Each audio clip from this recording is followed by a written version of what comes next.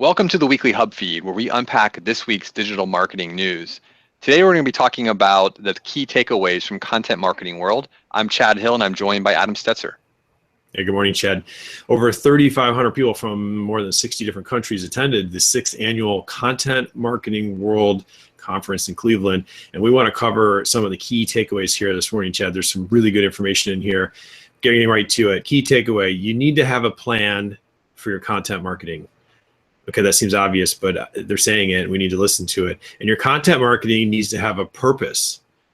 So again, these seem really simple as I'm sharing them, but content, we all know content's king, but you can't just mindlessly create and post, and you can't phone it in and expect to get results. And I think a lot of people probably are still in that mindset. There's a lot of competition out there, Chad. There's over 2 million blog posts created every single day. So here's some of the stats from the Content Marketing Institute and the marketing props that they provided in their B2B content marketing benchmarks, budgets, and trends report. I want to use this to help unpack some of this advice, and then Chad, ask you to comment, on why should we care.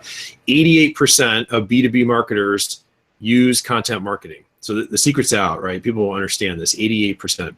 But 30% of B2B marketers, Chad, say that their organizations are effective at content marketing. Only 30%. And that's interesting because last year, 38% said they were effective. So we're actually seeing more people getting in the game. So I guess it makes some sense. So people are feeling less effective with their content marketing strategies. 55% of B2B marketers said their organizations are unclear or unsure of what their content marketing success and effectiveness looks like. So there's still a lot of confusion out there, even more than half of the folks who are engaged in this. 44% of B2B marketers say their organization understands what they're doing. So that's the other half of that. Only 32% of marketers have a documented strategy for content marketing. So while 88% say they're doing it, only 32% of them have actually sat down and said, hey guys, we got to write down what is our content marketing strategy. And 40% of the least effective marketers just have no strategy at all. So they're just blasting out content, which is probably why they're feeling like this isn't working, and it's working even less than last year. On average, B2B marketers allocate 28% of their marketing budgets to content marketing. That's probably something interesting to note, as we know our small business customers ask us, Chad, every day, how much should I be spending? So 28% of their marketing budget on average. But if you file that down to the most effective people in content marketing, they're allocating 42% of their budget. So those folks who have cracked this and figured out that it works are then ramping it up and putting more money into it. This is not a surprise and not rocket science. Top 3 reasons B2B marketers are using content marketing. Well, number one, 85% lead generation, 84% said sales, and 78% said lead nurturing. So obviously they see the return on investment from leads, from sales, from nurturing. And so those folks who have a good strategy are writing it down, are putting more money into it. So, all right, so here's some things they said coming out of this conference that successful B2B content marketers do these following 4 things. 1, they understand what successful content marketing actually looks like. That's an understanding. 2, they document their content marketing strategy and actually write it down so that's documented somewhere. 3, they document their editorial mission as separate from their marketing strategy. And 4, they communicate frequently with their teams.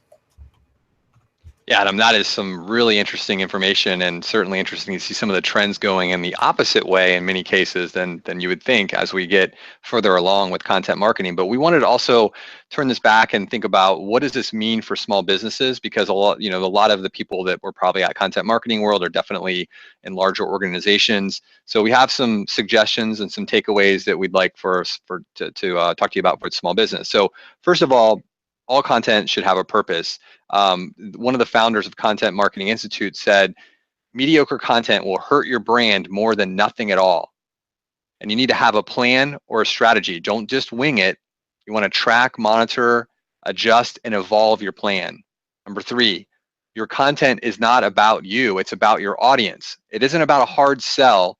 It's about providing something useful.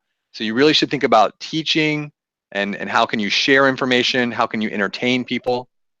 Number 4, put the time into the research. Know your audience, know what they're looking for and how they're looking to consume it. Do keyword research. Those are all critical. Number 5, SEO should complement your content. So it's not an afterthought or a reason to write the content. Audience is first, but always think about the search engines and the SEO value when you're writing your content and publishing it especially. Look at the topic and not just the keywords there. And finally, don't be afraid to promote it. If you're ashamed to share it on social media, it probably means that you need to go back to the drawing board and do a better job with your content.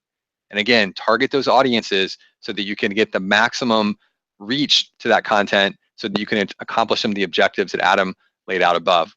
So that's what we have for today. Thank you again for joining the weekly Hub Feed. Please subscribe to our YouTube channel, drop a comment on our blog, and we'll see you next week.